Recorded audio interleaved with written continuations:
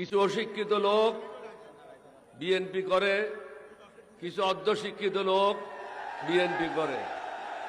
ইংরেজি বুঝে না, বাংলাও বুঝে না। রিভোল্টের অর্থ হলো বিদ্রোহ, স্বাধীনতা ঘোষণা নয়। এটা রেকর্ডে আছে, আপনারা ফেসবুকে গেলে এটা পাবেন। ACR অ্যানুয়াল কনফিডেন্সিয়াল রিপোর্ট, বার্ষিক গোপনীয় প্রতিবেদন।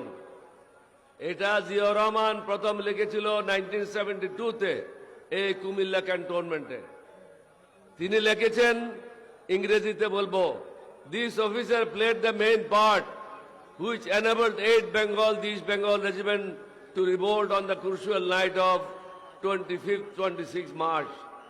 অর্থাৎ 24, 25 এবং 26 রাত্রে গুরুত্বপূর্ণ সময়ে 8ম বেঙ্গল রেজিমেন্টকে নিয়ে এই অফিসার সর্বপ্রথম বিদ্রোহ করে। 8ম বেঙ্গলের দ্বিতীয় সিনিয়র অফিসার তৎকালীন মেজর মীর শওকত আলী, পরবর্তী পর্যায়ে লেফটেন্যান্ট জেনারেল মীর শওকত আলী, তিনি লিখেছিলেন, this officer on his own initiative asked Ziaur Rahman two declare independence of Bangladesh. অর্থাৎ এই অফিসারেই তার নিজ উদ্যোগে জিয়াউর রহমানকে বলেছিলেন স্বাধীনতা ঘোষণার জন্য। তাহলে প্রথম বিদ্রোহ কে করল? ক্যাপ্টেন অলি আহমদ। 5 মিনিট পরেই জিয়াউর রহমানকে গুলি করে হত্যা করে কর্ণফুলীতে ফেলায় দেওয়ার কথা। আমার টাইমলি অ্যাকশন, যথাসময়ে পদক্ষেপের কারণে জিয়াউর রহমান আল্লাহর মেহেরবানিতে, আল্লাহর হুকুমে রক্ষা পেয়ে যান। স্বাধীনতা ঘোষণার ব্যাপারে তাকে আমি পরামর্শ দিয়েছিলাম। কেন পরামর্শ দিয়েছিলাম?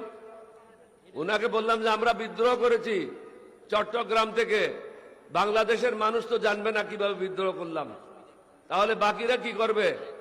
এখানে তো অনেক বেঙ্গল রেজিমেন্ট আছে। 4th বেঙ্গল রেজিমেন্ট ছিল কুমিল্লাতে, তারা ডিপ্লয়েড ছিল ব্রাহ্মণবাড়িয়াতে।